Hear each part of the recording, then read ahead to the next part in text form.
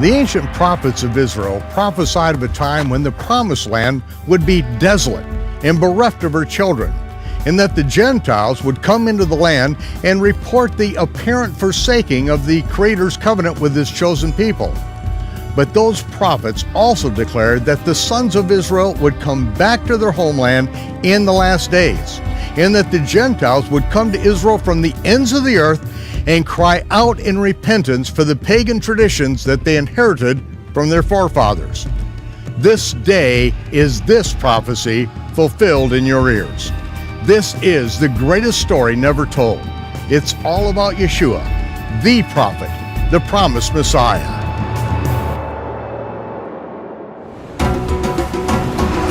Join me here in the land of Israel as we take a chronological and archaeological journey through the Gospels. You have never seen anything like this before. I'm Michael Rood. Prepare for a rude awakening.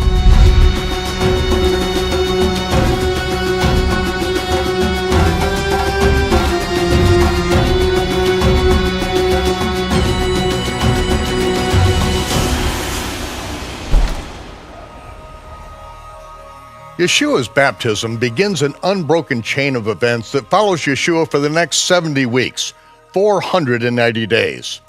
Living in Israel for 20 years and the Galilee for the past 12, I know the ancient Roman roads and cart paths that still link the villages of Israel today. I know how long it takes to walk from one point to another. In this series, we will follow Yeshua's travels as detailed by all four gospel authors. These accounts are without error or contradiction, but sometimes they contradict the impressions we inherited from our religious systems and Hollywood. I realize that most Western Gentile Christians were raised with the notion that Jesus' ministry was 3.5 years. So was I. It is as much a part of Western Christian culture as Santa Claus, the Easter Bunny, and Halloween, and just as contrived as forcing Yeshua's 3 days and 3 nights in the grave into the pagan festivals of Dagon, the Assyrian fish god Friday, and Easter, the Babylonian sex goddess Sunday. What I didn't know until after more than 30 years of historical and biblical research was that one man in the 4th century fabricated a 3.5-year ministry of Jesus out of the thin blue sky. For more than 300 years, there was not one dissenting opinion voiced among the early church historians or the disciples of Yeshua himself that Jesus' ministry was about 1 year. In the 4th century, one man, the court bishop of Constantine, was attempting to decipher the enigmatic 70 weeks prophecy of Daniel, a prophecy that even Sir Isaac Newton was unable to solve. His solution?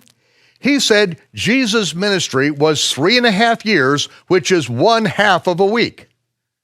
Since when is 3.5 years 1/2 of a week?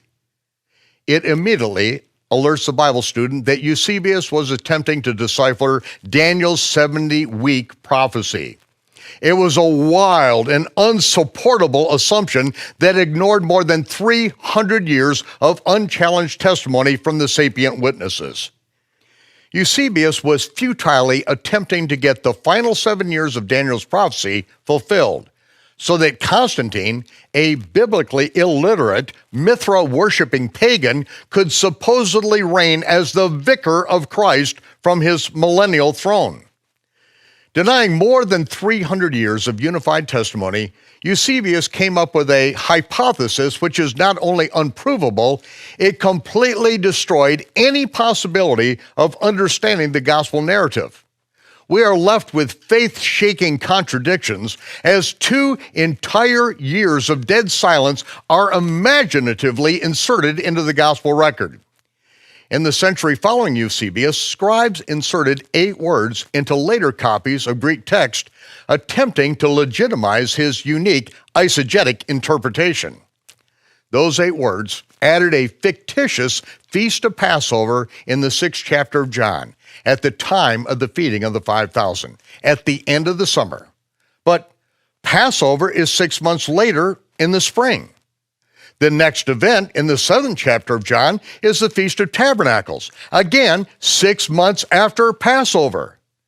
The other Gospels have the feeding of the 5,000 at the end of the summer, and they are on their way up to the Feast of Tabernacles in the same chapter, the very next week. Neither Yeshua, the population of the Galilee, nor the Pharisees are at Jerusalem for this fictitious Passover of John chapter 6, verse 4. By adding a Passover at the time of the feeding of the 5,000, an entire year of dead silence is introduced into the gospel record. All of the early church fathers and historians of the first 3 centuries either stated plainly or never contradicted that Jesus' ministry was about 1 year. Yeshua goes up to Passover in John chapter 2 when he meets with Nicodemus. He goes up to Passover in John chapter 12 when he was crucified. It would take a little more than 1 year to fulfill those 2 Passovers. If the historians and church fathers of the first 3 centuries had a third Passover in their text of John, none could have been so foolish as to not understand that it would have taken well over 2 years to fulfill 3 Passovers. Yet they all said his ministry was about 1 year. Copies of manuscripts that predate the Eusebian forgeries still exist in museums. In these ancient manuscripts, there is no Passover in John chapter 6.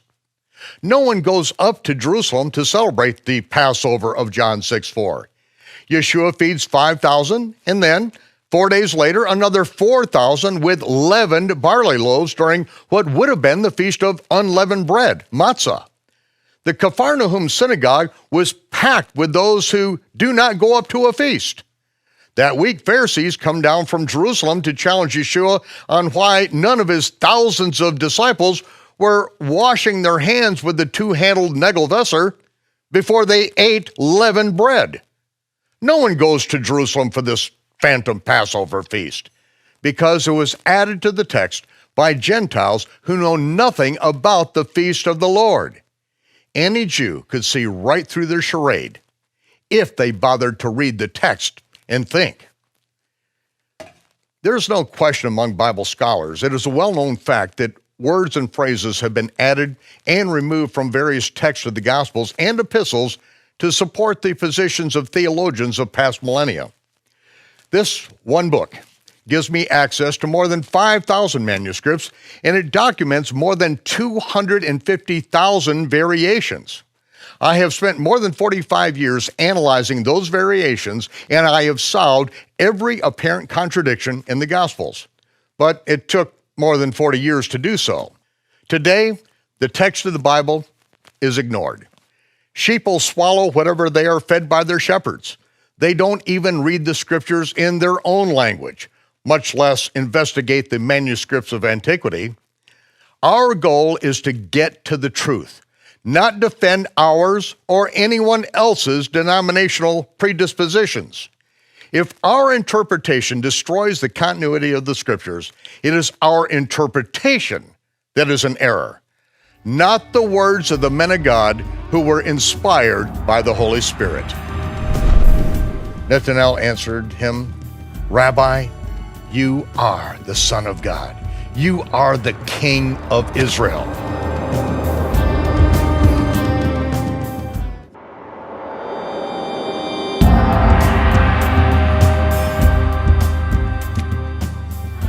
We now continue with the chronology of the Gospel of John. It is Sunday, the second day of the first month, the 43rd day of Yeshua's 490-day ministry. It was late in the day, about the 10th hour, when Yohanan saw Yeshua again.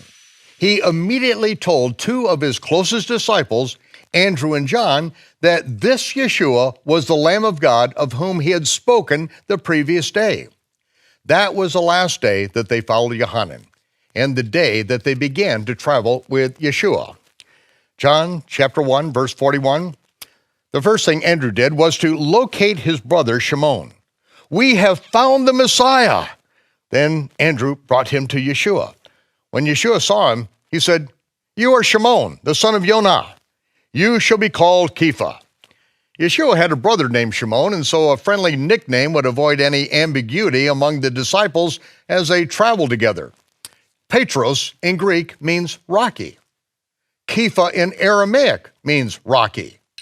Evan in the ancient Hebrew Matthew text means rocky. Shimon didn't seem to mind being called rocky. Verse 43, the following day, Yeshua went into the Galilee and found Philip. He said to him, "Follow me." Now Philip was from Bethsaida, the village of Andrew and Kepha. The day following was now day 44 of Yeshua's ministry. It is the third day of the first month, Monday, March 31st, just 11 days before Passover in Jerusalem. Yohanan and his disciples were at Beit Abarah, which is about 5 miles south of the Sea of Galilee. They probably saw Philip just before dawn as he was fishing the south end of the lake. Since fishermen can only work at night and must retire before the sun illuminates their nets, they may have joined Philip in his boat early that morning to travel up to their village on the northeast shore of Lake Kinneret. It would be much preferred over trekking through the swampy south end of the lake on foot, and then having to walk past the stinking swine herds of the pagan temple of Dionysus beneath the Roman city of Sycheta. When they got back to their hometown, the fishing village there at Bethsaida, Philip found Nathanael, and announced, "We have found him of whom Moses in the Torah and also the prophets did write, Yeshua of Nazareth, the son of Yosef." Nathanael quipped, "Can any good thing come out of Nazareth?" Philip said, "Come and see." Yeshua saw Nathanael approaching and said, "Behold, an Israelite in whom there is indeed no deceit." Nathanael said to him, "How do you know me?" Yeshua answered, "Before Philip called you, when you were under the fig tree, I saw you." Nathanael answered him, "Rabbi, you are the Son of God. You are the King of Israel." Yeshua said, "Because I said I saw you under the fig tree, you believed? You shall see even greater things than these." When Yeshua said that he saw Nathanael under the fig tree, he could have been referring to a recent demonstration of Nathanael's honesty, or he could have recounted his entire life story from the time that Nathanael was a young child playing under the fig tree. Whichever it was, Nathanael knew that Yeshua could not have known what he articulated without having a divine connection. "Truth I say to you, Nathanael, this is nothing. Hereafter you shall see heaven open and the angels of God ascending and descending upon the Son of Man." "Okay, Mother, I'll provide some wine, but I'll do it my way." "Yeshua, please don't mess with the rabbis tonight, please."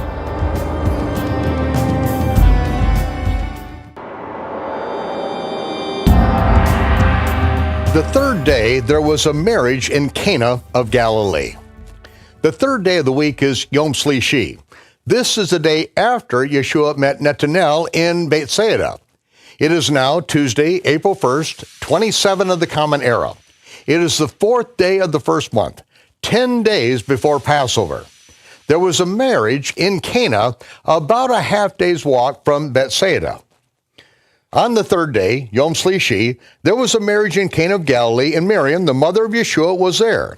And Yeshua and his disciples were also invited to the wedding. Weddings were planned a year in advance, and Yeshua would have been invited to the wedding months earlier. It has been nearly 2 months since he left his home in Nazareth for his mikveh in the Yarden. They ran out of wine, so the mother of Yeshua said to him, "They have no more wine." Yeshua said to her, "My lady, why should this be a concern of mine? It is not yet my time." Yeshua's mother is in a position of responsibility at this wedding, and the servants are at her command. When she informs Yeshua that they've run out of wine, he responds to her in respect of her official capacity. Not as the King James Version reads, "Woman, what have I to do with you? My hour is not yet come."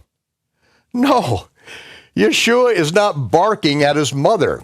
He said, "My lady," And then he reminds her that according to ancient Israeli wedding custom, he is ranked lower on the guest list and is not among those who are expected to provide wine for the wedding.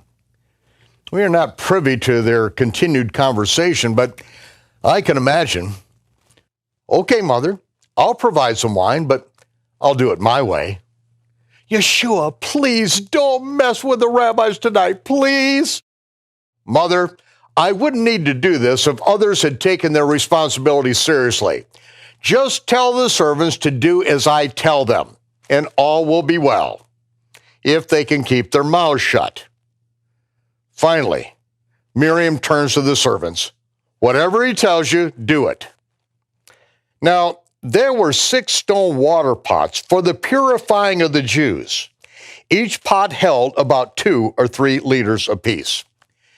The inclusion of stone water pots tells us that this was a Pharisee wedding, and the master of ceremonies is the head rabbi of their synagogue. These 6 stone water pots were used for a Pharisee purification ritual, which is never mentioned in the Torah, but is meticulously detailed in the ancient Talmudic writings of the Pharisee sages. Water is usually carried from the well in a wineskin or ceramic pot. If the container had been used for wine in the past, the flavor of grapes could still be present. But if water has the slightest taste of wine or vinegar, it is deemed to be ceremonially unclean for a Pharisee wedding and cannot be used unless the water is sanctified according to ritual. According to rabbinic law, stone cannot contract ritual impurity. So wine-tainted water must be put in a stone vessel that is to be filled to the very brim. The stone water pot is then lowered into the waters of a mikveh, and as soon as the waters of the mikveh kiss the water at the brim of the stone water pot, it is brought up from the mikveh, sanctified. So Yeshua said to the servants, "Fill the water pots with water," and they filled them up to the brim. He then told them, "Now draw out of the water pot and give it to the master of ceremonies." This they did, but they did not mikveh the water. When the master of the feast tasted the water, which was turned into wine, he did not know where it came from, but the servants which drew the water knew. As long as the servants kept their mouths shut, there would be no problem. But if the rabbi finds out that Yeshua had deliberately defiled his ceremonial stone water pot with the best Cabernet Sauvignon in the entire Jezreel Valley, he would have turned the tables upside down. The master of the feast called the bridegroom and said, "At the beginning of the feast, everyone sets forth the choicest wine, and after men have well drunk, then they bring out that which is inferior. But you have kept the most excellent wine until now." I have no doubt that within minutes the rabbi found out where the wine was coming from, and he would have gone Meshuggah. That is the reason that verse 11 says, "This miracle at the wedding in Cana of Galilee is the first of many miracles Yeshua performed, which openly declared his righteous judgments." The King James says that his miracles manifested forth his glory. No, his miracles, every one of them manifested forth his doxa in Greek, his judgments. Every miracle he performed, from the defiling of the Pharisees' stone water pots to the making of mud from spit and dust on the Sabbath day to commanding a lame man to carry his bedroll on the Sabbath, every one of his miracles violated rules of rabbinic Phariseeism. Every miracle was a judgment against the made-up rules of a religious system that claimed to follow Moses, but invented any commandments that they could get others to follow and subtracted any God-given commandments that they didn't want to follow. His disciples understood, and they believed him. After the wedding in Cana, Yeshua went down to Capharnaum with his mother, his brothers, and his 5 disciples. They remained there not many days. The Passover was at hand, and Yeshua went up to Jerusalem. After resting on the Sabbath, Yeshua and his entourage left early in the morning of the first day of the week in order to give them the maximum traveling time. It is now day 50 of Yeshua's ministry, the 9th day of the first month, Sunday, April 6, 27 of the Common Era. In just 6 days, the Passover sacrifice will be killed on Friday afternoon. That particular year, the high Sabbath that begins the Feast of Unleavened Bread fell on the weekly Sabbath.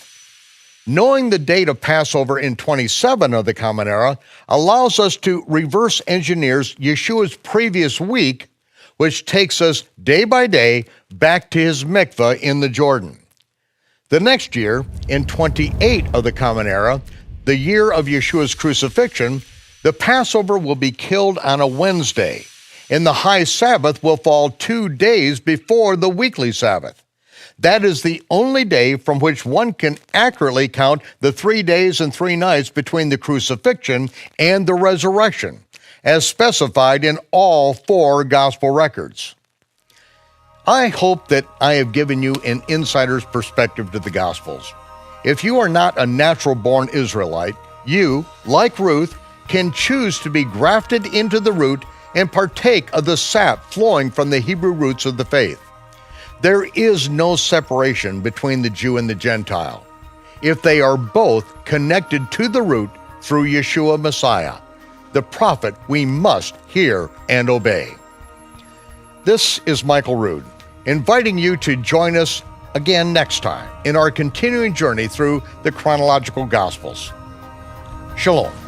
Peace.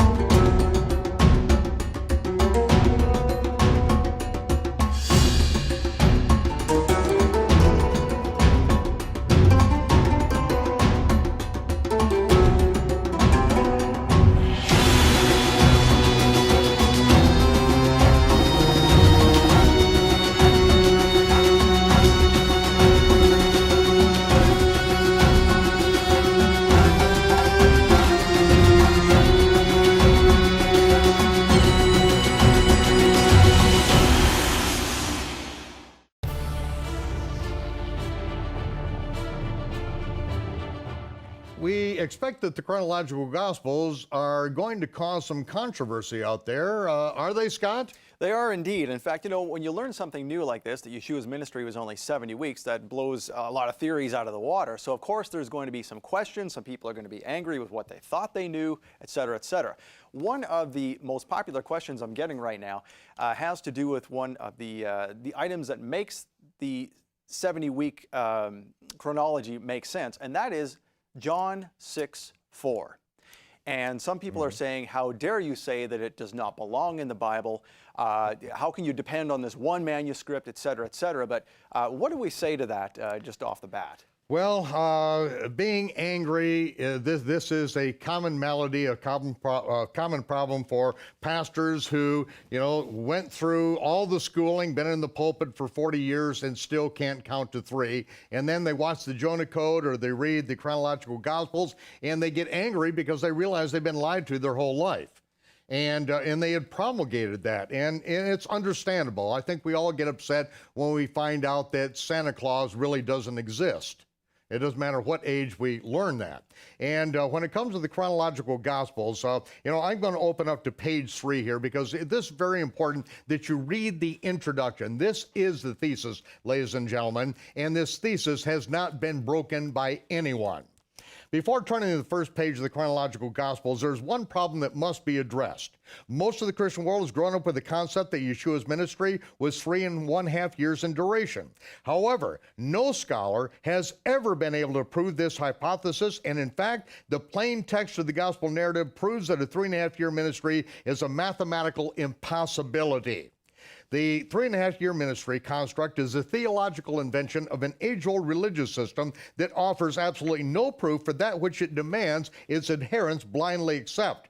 Furthermore, this eschatological creation has tragically destroyed the gospel chronology and heavily veiled the gospel of the kingdom that Yeshua taught. And then the first line of the second paragraph, it was Eusebius who first proposed a 3.5-year ministry more than 300 years after the resurrection of Yeshua. And here is the important thing, ladies and gentlemen, that for more than 300 years, there was not one dissenting opinion that Yeshua's ministry was about 1 year. So when one person comes on the scene, the champion of Constantine, who wrote the oration in exaltation of the Emperor Constantine, who then proclaimed himself to be the Pontifex Maximus, which is the official title of the high priest of paganism, and then pronounces himself as Almighty God upon the earth, the vicar of Christ and his spiritual descendants.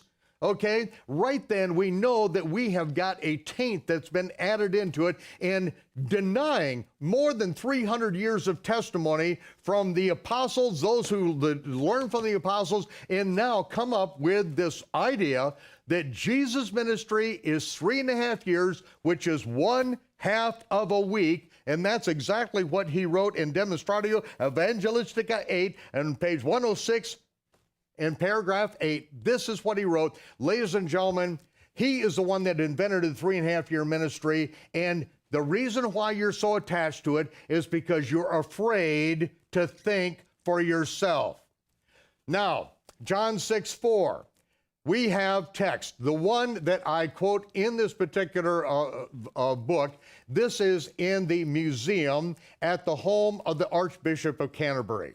H.A. Scribner, one of the most respected Greek scholars of all time, says this singular manuscript, minuscule manuscript that's in the Lambeth Palace Museum is by far the most important manuscript in all that museum. Why? It goes back to a family of manuscripts that go back to before the words of John 6:4 were added to later text. See, we have no originals. We have families of manuscripts that are copies of copies of copies of copies. There is another manuscript that is in Germany, and on my trip over there this spring, because I have a daughter that's going to be having a baby over there in Germany, and so we're going to go over there and secure that manuscript as well as the one there so that we have the actual photographs of this. But the words that are added to John 6:4 in all the later manuscripts, and the feast and Passover, a feast of the Jews was nigh, was not in any of those manuscripts. Okay, now that brings up an interesting question. Okay. Now, so it appears, because this manuscript came around the 13th century, correct? So you're saying that, because some people are arguing that, well, obviously that verse was in there before the 13th century, and this is the first one to... Certainly. Okay, so how do we answer that? So it's a family of manuscripts. In other words, it's a copy of a copy of a copy of a copy, because you can't go much before see, we don't have any manuscripts of the first 4 centuries. They don't exist. They're dust, okay? So you have copies of copies of copies. So here is one thing that we see. There's John chapter 2 and 3 is Passover. John chapter 12 is Passover. If the manuscripts in the first 300 years had another Passover in John 6:4 right in the middle, none of these historians for 300 years would have been so stupid as to not understand it would take well over 2 years to fulfill 3 Passovers. It's simple mathematics. You have the testimony of all of the early church fathers and historians saying his ministry was about 1 year, and the manuscript of John that they were reading could not possibly have had John 6:4 in it. Now we come to the real breaker. Right here on this particular situation, we have in all four Gospels, the feeding of the 5,000 takes place at the end of the summer when the 12 apostles return from their paired assignments throughout the villages of the Galilee. Okay? That's when the feeding of the 5,000 takes place. All four Gospel authors record that one miracle. It is the only miracle recorded by all four Gospel authors. It happens in the middle of Yeshua's ministry. And with all of them recording it, it gives us a singular moment in time that everything can be coordinated at that very moment. Now, the next chapter in John, chapter 7, Yeshua is going up to the Feast of Tabernacles. The same chapter in Matthew, he's going to the Feast of Tabernacles. The next chapter in Mark, he's going to Tabernacles. The next chapter in Luke, he's going to Tabernacles. Because it's at the end of the summer, the next Feast is Tabernacles. And they added, scribes added, and this is universal. This happens. We can take you back and show you the manuscripts. We've got about 5,000 extant manuscripts on the planet in the Greek language. And we can show you where scribes added things in, they left things out, they took things out. They moved entire sections, such as the woman in the trial of adultery in John chapter 8. It's in John chapter 7 in most of the older manuscripts. And so we can show that these things were moved and that they changed them. They didn't change many, but when they did change them, this one, they got caught red-handed. Because when you know the feast, you know Yeshua is not going to stay in the Galilee and feed thousands of people with leavened bread during the Feast of Unleavened Bread. He's not going to go to the Capernaum synagogue 2 days later and preach to a full house when everyone is supposed to be at Jerusalem for the feast. 3 days later, he feeds another 4,000 with leavened barley loaves, and the Pharisees show up from Jerusalem to confront him on why his disciples are not taking the two-handled negel vesser and washing their hands before they eat bread. He never goes to Jerusalem, but what happens in the same chapter in Matthew, the next chapter in John, he's up to the Feast of Tabernacles. They got caught red-handed, ladies and gentlemen. Now the gospel record fits, and it took me 40 years to get it. If you think you can pull this thing off, if you think you can answer and handle every contradiction in the English text of the Bible, good luck, Einstein. It took me 40 years to do it, and here it is, and it's only what, $75,000 for each copy, and it's a bargain at that. So get it, and no more complaining about whether John 6:4. They added it, and that's why I documented it, and I take it right back out because it never was there to begin with. Read the thesis, the entire thing. I go on for 10 pages explaining it all, and at the end of this, you will know that the Gospels fit together. There are no errors. They were divinely inspired, and each author gives his piece of the puzzle. When you put it together, ladies and gentlemen, you've got the screenplay. Let the movie play, and you are going to be blessed.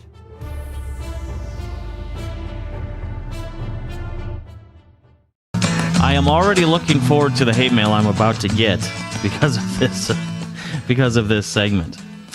I like talking about religion. I think talking about religion is one of those things that adds a lot of depth and perspective to this show. And our next guest has been on the show twice before. And each time it stirred up a little bit of a controversy, which I absolutely love. So even if I invited this guy on to talk about recipes for French toast, it would stir some people the wrong way. And I totally dig that. That is so good. I love irritating people. But the topic today is one that if we went out onto the street and we asked people, hey, you know that Jesus guy, right? How long was his ministry? You would get the answer, well, it was 3 years, it was 3.5 years. And you would get it from atheists, you'd get it from Buddhists, you'd get it from that weird guy with the funky hair from Ancient Aliens. Everybody knows that he was conducting his ministry for about 3.5 years, right? Because that's just the way history records it. What if it wasn't recorded that way? And to discuss that seismic shift in thought, we have with us Michael ROOD. Welcome to the show, my friend. How you been? Well, thank you, Josh. I've been doing well. Just got back from Israel just in time for the Feast of Tabernacles, and then to get myself back here to be with you on the radio program discussing French toast. I can't wait to give you my most recent recipe. You are too funny. So you have released something that is really kind of setting the faithful world on its ear. It's called the Chronological Gospels. Tell us, what is this, and how does it change how people think about the ministry and life of the man we know as Jesus Christ?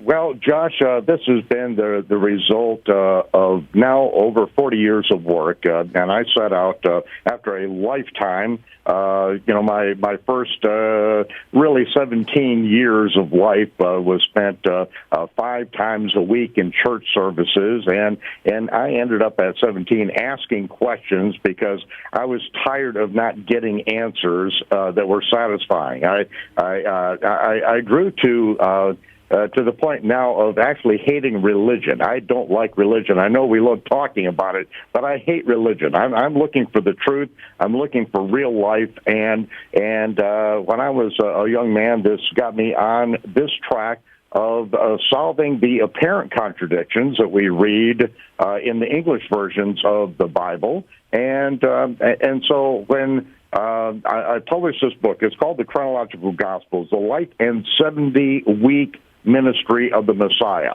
And this is after over 38 years working on the restoration of the ancient biblical calendar so that we could accurately decipher one of the most repeated prophecies in all of the Bible. Yeshua, said that there'd be just one sign of this authenticity. One sign, that's all we get. And if he can't get this right, then, there's nothing that we can trust. He said that he would be in the grave 3 days and 3 nights and raised on the third day.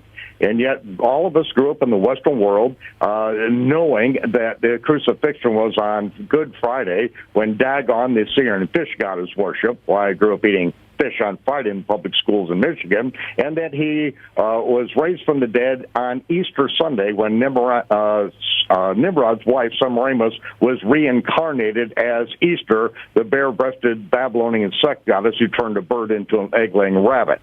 These are the things, the traditions that we inherited, and there's nobody. Einstein himself could not get 3 days and 3 nights between Good Friday and Easter Sunday. And yet, to me, this was important. Some people will say, I hear pastors out to me all the time, well, what difference does it make?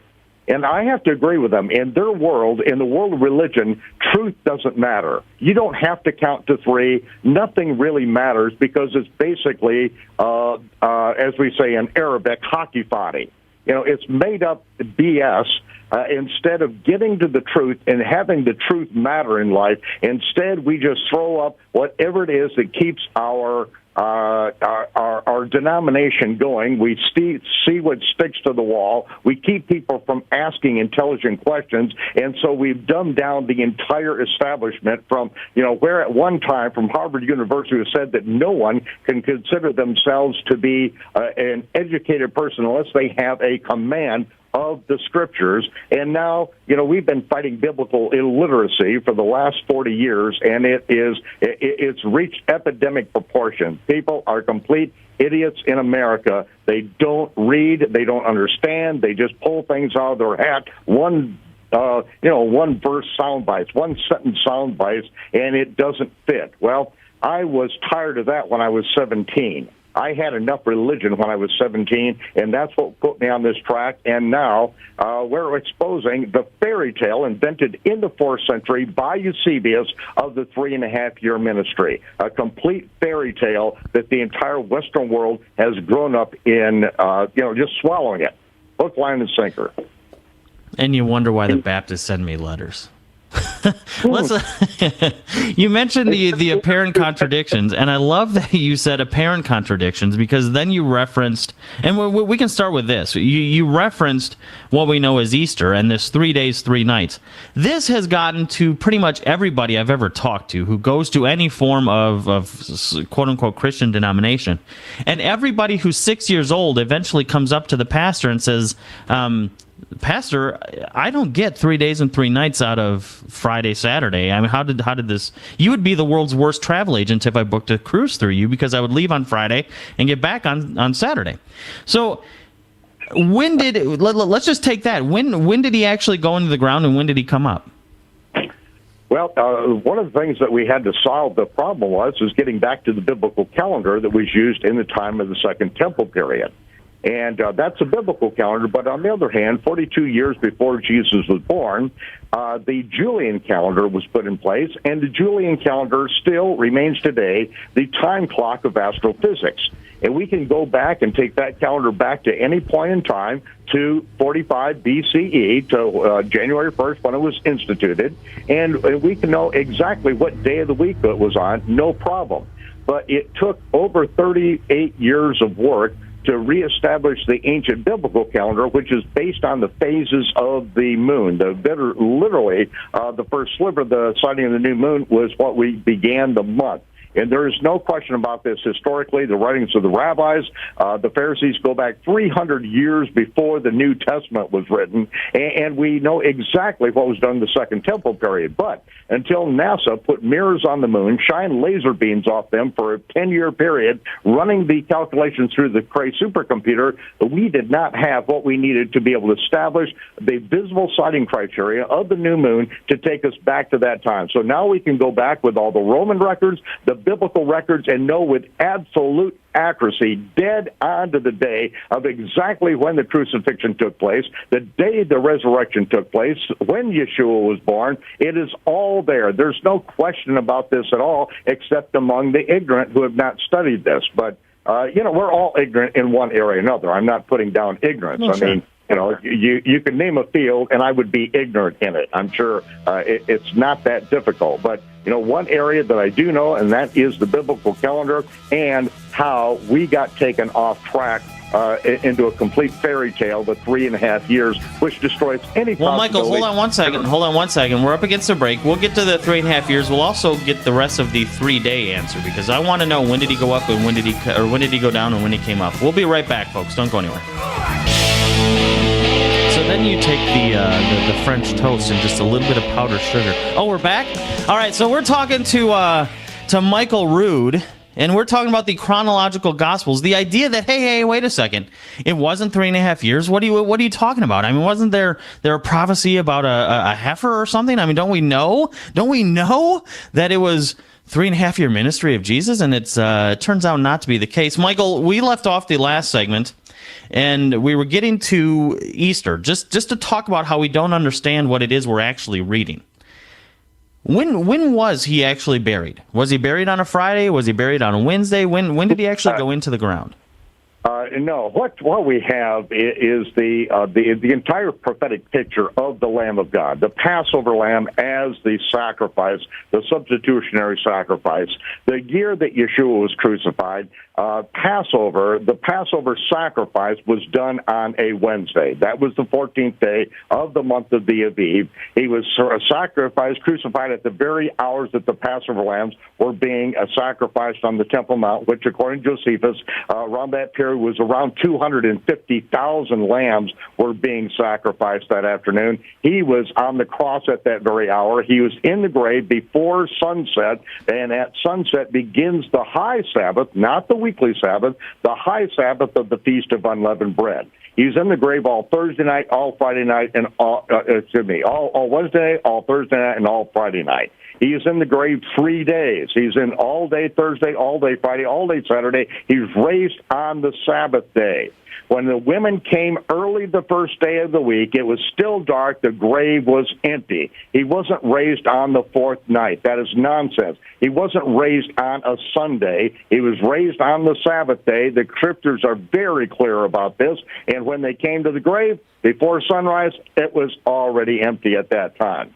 The year was 28 of the Common Era. There is no 3.5 year ministry. As a matter of fact, it was, Josh, that for the over 300 years after the event, every disciple of the apostles, every disciple of the disciple of the disciples of the apostles, for 300 years, not one of them gave one dissenting opinion. They all said that his ministry was about 1 year. It was Eusebius, the champion of Constantine the heretic, the one that brought in all the pagan sun god worship and made Rome a Christian empire with the stroke of a pen without one convert. It was Eusebius, the bishop, the overseer at Caesarea, about an hour from the house in Israel. He was the bishop there, and he came up with, and this is his statement, Jesus' ministry was 3.5 years, which is 1/2 of a week. That immediately tells you that he is one of a million people who've attempted to understand the prophecy of Daniel, which now occurs in the 9th chapter after chapters were added. But that messianic prophecy, he's trying to decipher it, and so he came up with this ridiculous nonsense of a 3.5-year ministry, and that is the beginning of putting Constantine in the place of naming himself the Pontifex Maximus, the Almighty God upon the earth, the vicar of Christ, and that the Messiah isn't really going to return. All prophecy has been fulfilled, and Jesus' ministry was 3.5 years. Absolute lunacy, absolute heresy, and yet that's what we inherited through Rome. But I'll tell you, the reformers had some big fish to fry. They were burning them at the stake. They were strangling them. They were hunting them down, and nobody stopped to question this. This is added to what Luther's thesis should have been nailed to the door of the church at Wittenberg. There are things that got to get cleaned up because religion has completely dumbed down this entire religious establishment. Oh, and the fallout from that has just been incredible, because people who are borderline believers, that they might be agnostic or something, they don't believe that we came from a bunch of goo that somehow spontaneously became a human. But they don't believe in the Bible because of these apparent contradictions and traditions that have been kept up by humans, And one of them is Easter. One of them is the life of Jesus.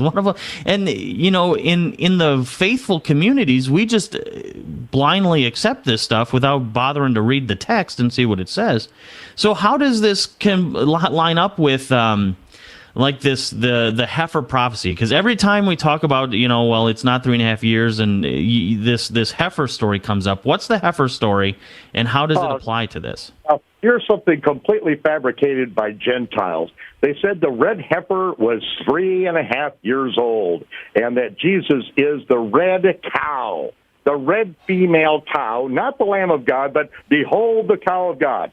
First of all, the 3.5-year or 3-year-old red heifer is a complete made-up. It is a lie that was conjured up in the minds of these sick, twisted people who want to make this 3.5-year ministry real. There is no such thing in the history of Israel. You can check the Talmud, the Mishnah, all of the details, not one mention of a 3-year-old heifer. It's completely made up. The red heifer could have been a year old. It could have been 15 years old. There is absolutely not even, the rabbis don't even mention the number 3. They'll talk about 1. They'll talk about 5. They'll talk about over 5. It never, ever comes up in the history of the Hebrew language by any of the rabbis or anyone. It's just made up by Gentiles, and this is the problem. You have Gentiles who try to interpret scriptures Jews have written. I say, let the Jews interpret the scriptures the Jews have written, and we'll leave plenty of time for the Gentiles to interpret all the scriptures they've written.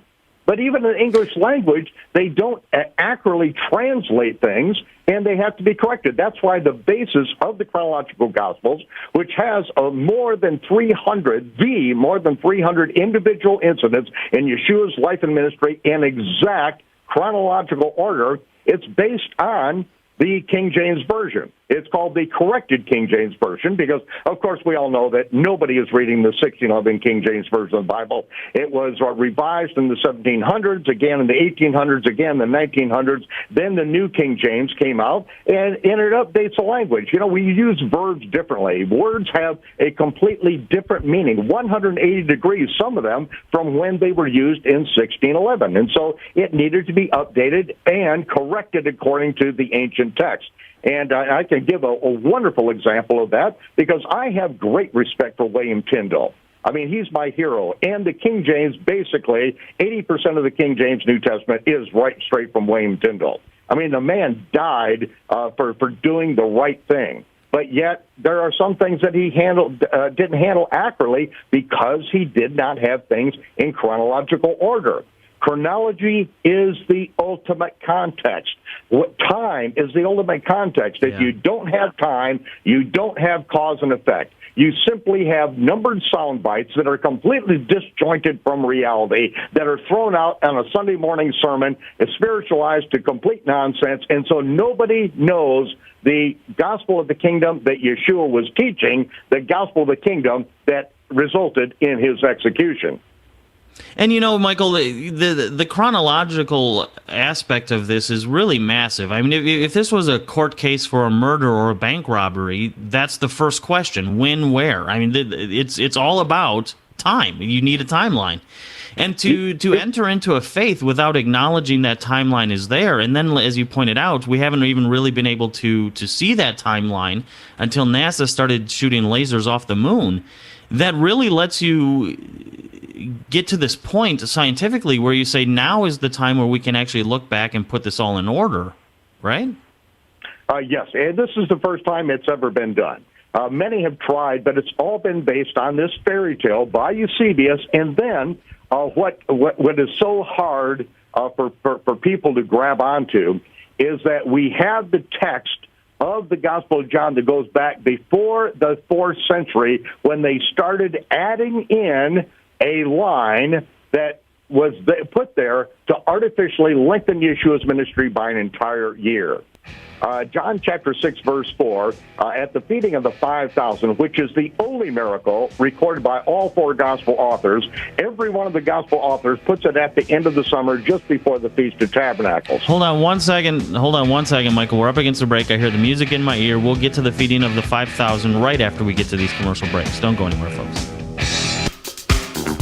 If you are a believer in the God of Abraham, Isaac, and Jacob, then this is a conversation that is just amazing you to no end. And if you're one of those atheists who love listening to the show, then you're just enjoying a wonderful conversation.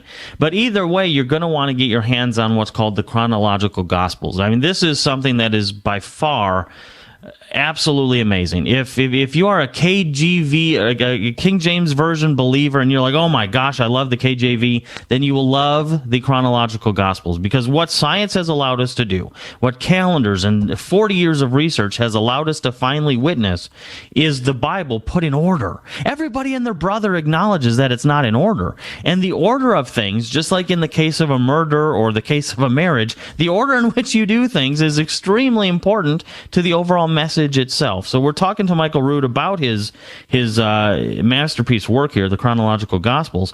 And Michael, you talk about these apparent contradictions, and even if you're reading King James Version Bibles today, you do get to some things like, well, when Jesus said, "It is said," and Jesus said, "It is written," people assume that he's talking about the same thing, but in reality, when he says, you've heard it said, he's actually talking about the oral Talmud back then. It wasn't written down yet. And when he said it is written, he's referring to the Torah and the prophets. But when we don't look at the Bible in context, we have no way of discerning the Gospel of Matthew when Jesus is talking about these things as separate entities, right? I mean, and that's why the context and chronological order of things is so important, isn't it? That's right, and you bring up that great point. You've heard it said of them of all time, this. And who's the them? People don't even take a look at the them. It's the scribes and Pharisees who will not see the kingdom of heaven. This is the context. And so, people have to understand that the Bible is not just, numbered sound bites that you stick together at your convenience.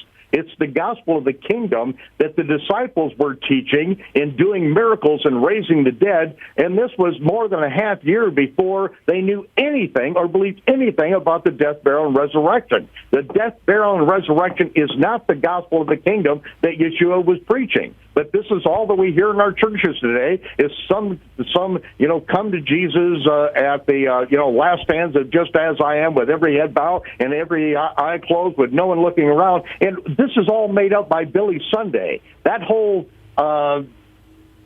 that whole procedure was not even part of anything that was going on when Yeshua and his disciples were preaching it. So to get back to that gospel, that's what sets a person's heart on fire and life on fire, to realize we are delivered from religion, from man-made religion. And once that happens, I'll tell you, life gets exciting. You start breaking all the rules, you get out of the box, and you start being successful in life instead of held down by the edicts of men. And that's where let's get back to that, because I could talk to you all day about this stuff, but let's get back to the feeding of the 5,000 and how there's an apparent discrepancy there. There we go. The feeding of the 5,000 is the one miracle that's covered by all four gospel authors. All of them, it happens at the end of the summer when the disciples come back from their paired assignments, 6 teams of 2, go out, and they're out there teaching and preaching. Then they come back, find out that John the Baptist has been executed, and that's when Yeshua feeds the 5,000. The very next chapter in John, he is going up to the Feast of Tabernacles. The same chapter in Luke, he's going up to the Feast of Tabernacles. But yet in John chapter 6, verse 4, we read, "And Passover, a feast of the Jews, was nigh." Hold on just a minute. Passover is an entire 6 months away, and it has nothing to do with what's going on right now. In fact, Yeshua is feeding 5,000 plus people with leavened barley loaves, which are not to be in any of the land of Israel. Everyone's supposed to be up to Jerusalem, but nobody's there, and Yeshua never goes up to it. And then let's say that it is Passover, and he's violating all these things, and nobody is at Jerusalem for it, which is absolutely asinine to even let that enter into our brain cells. But then it's an entire half year later that it's the next chapter. It's the same chapter in Luke. Those words, "and Passover feast of the Jews was nigh," is not in any text of the Bible until after the 4th century. And it ends up in our King James Version of the Bible because it is in the later Greek text, and it was added to artificially lengthen Yeshua's ministry by a whole year to try to get it to coincide with what Rome has been feeding and shoving down our throat. Ladies and gentlemen, we need to wake up and understand when religion starts adding things in and starts manipulating us, we are under their control. We will not be controlled. The truth is what sets us free. Well, and that's so true, because so many people, like we referenced in the last segment, look at the Bible and say, well, look at this indiscrepancy, look at this indiscrepancy, so therefore I can't believe any of it. And in reality, when you get back to the Greek, when you get back to the Aramaic, when you get back to the Hebrew, you actually start realizing, wait a second, there's no indiscrepancies here. There's just misunderstanding of what is plainly written but misunderstood. That's right, and we've got a beautiful example from the King James Version in Luke chapter 9, verse 51. It reads, "And it came to pass, when the time was come that he should be received up, he steadfastly set his face to go to Jerusalem." It is Wycliffe who basically said the same thing. Murdoch, in his translation, says when the days for his ascension were completed. NAS says it came about the days were approaching for his ascension. NIV said the time approached for him to be taken up into heaven. And every English version basically says the same thing. Wait just a minute. This is Luke chapter 9, verse 51. The ascension isn't until Luke chapter 24, verse 51. 15 chapters later, Yeshua is literally going to be going up to Jerusalem from that moment 5 more times before the ascension. But yet they all tell us that the time for his ascension has come. That is absolutely crazy. But yet that's what the English version says. But it's because we do not have the context of the culture and of the language. We read about this very incident where this is incident 125 in the chronological Gospels. This happens on week 33. This is right after. This is John chapter 7. John chapter 6 is the feeding of the 5,000. Now it's John chapter 7, and it says, "Now the Feast of Tabernacles was drawing near." And so Yeshua's brother said, "You go on up to the feast." And then he says in verse 5, he said, "It's not my time, but you can go up anytime you're ready. The world hates me because I testify against it, but the world can't hate you, so go ahead up to the feast." I'm not going up to the feast. It is yet not time for me to go up. The word "go up" even though we have the Bible, the New Testament, mostly in Greek, it's still describing a Hebrew culture. And what it's describing is the Hebrew word aliyah, which means to go up to the feast. That's the terminology we still use. I still live in Israel. We go up to the feast because it's on a higher altitude. And so when it talks about this in Luke 9:51, it's the very same incident. It's incident 126. It's the 12th day of the 7th month. It's Thursday, October 2nd, 27 of the Common Era. And in John, it says his brothers went up to the feast. He also went up in secret. And in Luke 9:51, in the corrected version, now when the time came for him to go up to the feast, what feast? To Sukkot.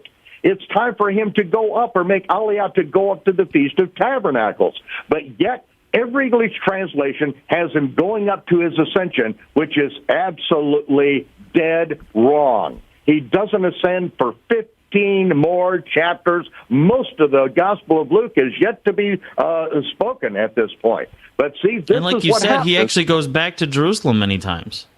5 times. He's going to go up 5 times before his ascension. Okay, So Michael, we're coming to the end of the show.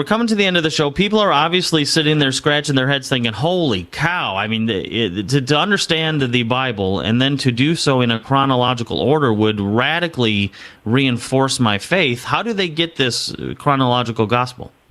The chronological gospels, you can go to thechronologicalgospels.com.